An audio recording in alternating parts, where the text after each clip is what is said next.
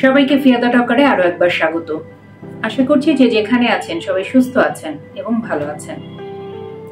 যে সময় আমরা অতিবাহিত করছি এই সময়টা আসলেই বুঝতে পারছি না যে কতদিন এভাবে আমরা যাব। আমরা জানি যে শিক্ষা জাতির মেরুদণ্ড, সেই মেরুদণ্ড কিন্তু একটু একটু করে বাঁকিয়ে যাচ্ছে, কারণ শিক্ষা থেকে শিক্ষার্থীরা দূরে সরে যাচ্ছে। এক কোভিডের সময় তারা যে সময়টা পার করলো, সেই সিচুয়েশন থেকে তারা একটু একটু করে যখন নিজেকে আবার ফেরালো, সেই অবস্থাটা শেষ হতে না হতেই একটা দুটা বছর যেতে না যেতেই আবার এমন একটা পরিস্থিতি আসলো যখন শিক্ষা থেকে আবারও তাদের মুখ ফিরিয়ে রাখতে হচ্ছে। আসলে আমাদের পরিস্থিতি যেমনই হোক যাই হোক, নিজেদের স্বার্থে, দেশের স্বার্থে, দেশের মানুষের স্বার্থে সেই পরিস্থিতিগুলো তাড়াতাড়ি করে ঠিক করে নেওয়া দরকার।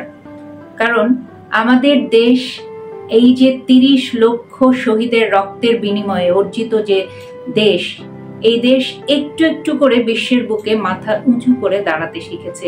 সেই দেশের মান সম্মান কেমন যেন হঠাৎ করেই নষ্ট হয়ে যেতে বসেছে। তো আমাদের সবারই উচিত যার যার জায়গা থেকে নিজের দেশটাকে নিয়ে ভাবা, নিজের দেশের মানুষগুলোকে নিয়ে ভাবা। একটা সময় দেশপ্রেম শব্দটা খুব বেশি পরিমাণে শুনতাম। দেশপ্রেম কি সেটা ছোটবেলায় বোঝার চেষ্টা করতাম, এমনকি পড়ালেখার সিলেবাসের মধ্যেও দেশপ্রেম রচনা হিসেবেও পড়েছি, কিন্তু এই বিষয়গুলো এখন ভুলতে বসেছি। দেশপ্রেম শব্দটাই কেমন যেন আমাদের মাঝ থেকে হারিয়ে যাচ্ছে। প্রত্যেকে যে যার জায়গা থেকে একবার চিন্তা করে দেখবেন কার ভেতরে কতটুকু দেশপ্রেম আছে। এই দেশের প্রতি যদি আমার মায়া মমতা থাকে, আমার ভালোবাসা থাকে, দেশের প্রতি আমার যদি প্রেম থাকে, তাহলে আমি আমার দেশের মানুষকে নিয়ে ভাববো। আর দেশের মানুষকে নিয়ে যখন ভাববো, তখন সেই দেশে কখনোই কোনোভাবে অস্থিরতা সৃষ্টি বা একটা অস্থির পরিস্থিতির সৃষ্টি হতে দেব না। আমাদের যে সমস্যা, আমরা যার যার জায়গা থেকে কেউ কখনো ছাড় দেই না। আমাদের প্রত্যেকের নিজের জায়গা থেকে দেশটাকে নিয়ে ভাবা উচিত, দেশের মানুষগুলোকে নিয়ে ভাবা উচিত। বিশ্ব দরবারে যে আমরা একটু একটু করে আমাদের দেশটাকে তুলে ধরেছি, সেই সম্মানটা ধরে রাখার চেষ্টা করা উচিত। আমাদের দেশে এখনো অনেক জ্ঞানী গুণী মানুষ আছেন, তারা কি সবাই মিলে একটু সহযোগিতার হাত বাড়াতে পারেন না? তারা সবাই মিলে এগিয়ে আসতে পারেন না?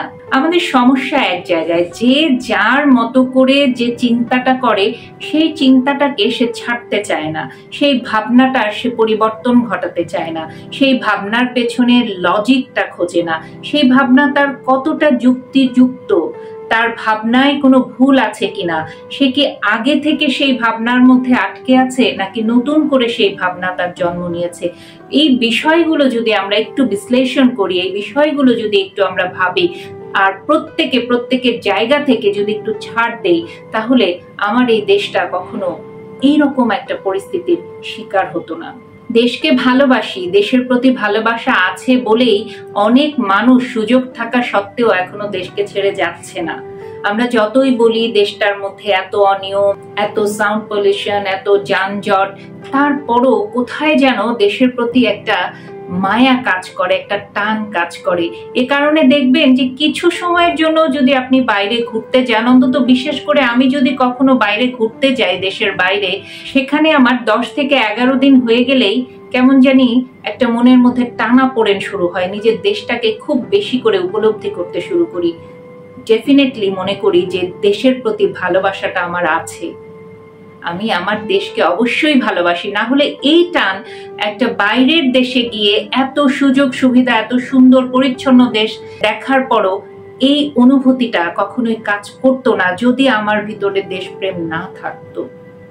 এখনো দেশের বহু মানুষের ভেতরে দেশপ্রেম আছে বলেই দেশটা এখনো সুন্দরভাবে চলছে, কিন্তু এই দেশটাকে আহত হতে দিতে চাই না।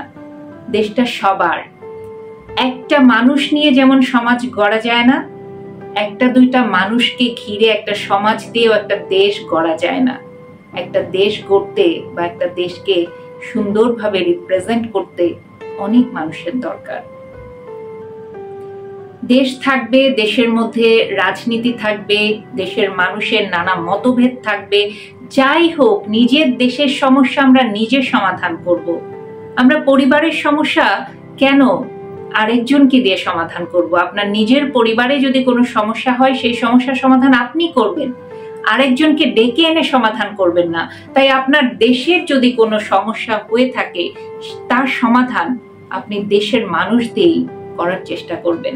এত শহীদের রক্তে স্বাধীনতা পাওয়া একটা দেশ, সেই দেশকে আমরা কখনো প্রশ্নবিদ্ধ হতে দিতে চাই না, সেই দেশকে আমরা কখনো ছোট হতে দিতে চাই না। যার যার জায়গায় সে যদি একটু দেশের প্রতি সত্যিকারের ভালোবাসাটা নিয়ে আসেন, দেশের প্রতি যে একটা উপলব্ধি, প্রতিটা মানুষ কম বেশি প্রত্যেকের ভেতরে যদি দেশের প্রতি একটা মায়া বা টান কাজ করে, তাহলে কখনোই নিজের দেশকে আপনি কোনো জায়গা থেকে ছোট হতে দিবেন না, নিজের দেশের সম্পদকে নষ্ট করবেন না। নিজের দেশ নিয়ে অন্য মানুষের মুখে কখনোই কোনো নেগেটিভ কথা শুনতে পারবেন না।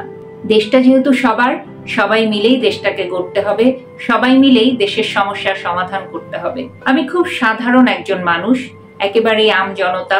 আমি কোনো রাজনীতি বুঝি না, আমি কোনো দলাদলি কিংবা মতভেদ এগুলো বুঝি না।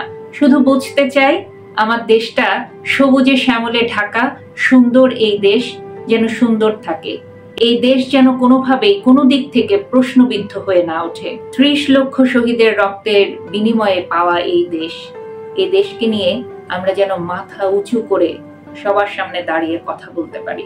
দেশকে ভালোবাসুন, দেশের মানুষকে ভালোবাসুন এবং দেশের ভবিষ্যৎ নিয়ে ভাবুন। ভালো থাকবেন সবাই। আবার নতুন কোনো বিষয় নিয়ে খুব দ্রুত ফিরে আসবো। চোখ রাখবেন ফিয়াদা টকারে।